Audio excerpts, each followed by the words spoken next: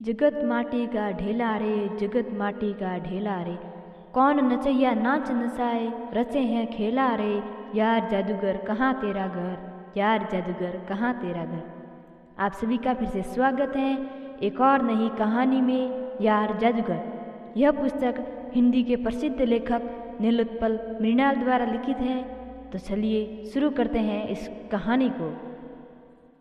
सबसे पहले पढ़ते हैं इस पुस्तक की 4 पंक्तियाँ। मैं पिछले जन्म में एक निरीह बकरी था, घास फूस खाता और जंगल, नदी, मैदान, गांव, टोला घूमता। मैं अपने स्वामी को रोज़ वेद वास्ते सुनता। तभी ही मेरी इच्छा थी कि मैं एक उपनिषद लिखूं। फिर एक दिन पढ़ने लिखने वाले लोग मुझे काट कर खा गए।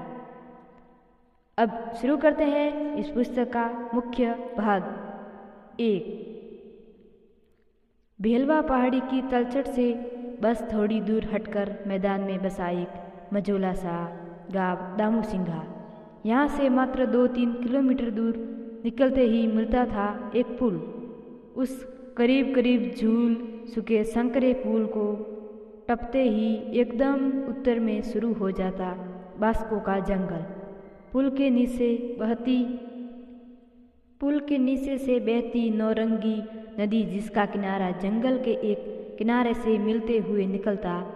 अमावस की रात इस नदी का पानी काला हो जाता था, क्योंकि उस दिन बांसों के जंगल की वन देवी यहाँ अपनी आँखों का काजल धोती थी।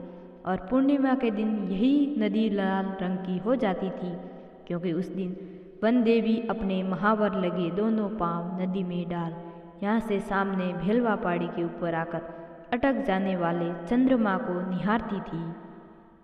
ऐसा इस इलाके के लोग कहा करते थे। लोग में जब लोग कुछ कहने लगे तो वह मान्यता बन जाती है। लोग कह कर धारणा भी बना देते हैं, और इसी में धर्म भी। इसलिए लोग में देखे से ज़्यादा कहे का बल है। लोग कह कर किस्सा भी बना देते हैं, और सत्ता भी। यहाँ भी ये किस्सा अब एक सत्य था, और इस इलाके के कुछ लोग तो यहाँ तक बताते कि उन्होंने कई बार अंधेरी रातों में वन देवी को पुल से नदी में उतरते भी देखा है। सुबह कई तो पैर के निशान भी खोज लेते थे।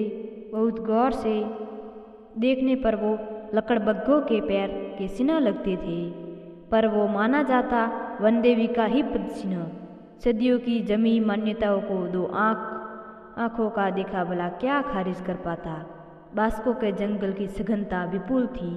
सकुआ सागवन को लांघते हुए यहीं से करीब 12-13 किलोमीटर पूरब जाते ही अरण्य के अंतिम छोर पर मिलता एक दशकों पुराना खड़ा खंडहर।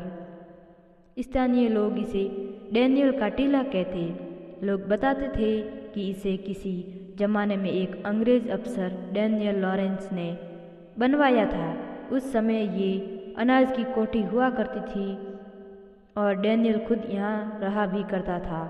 कोठी के ठीक बाईं ओर अहाते में ही डैनियल की समाधि बनी हुई थी। अब ये कोठी एक ढह चुकी विरासत थी, जहाँ वर्षों से लोग आते जाते नहीं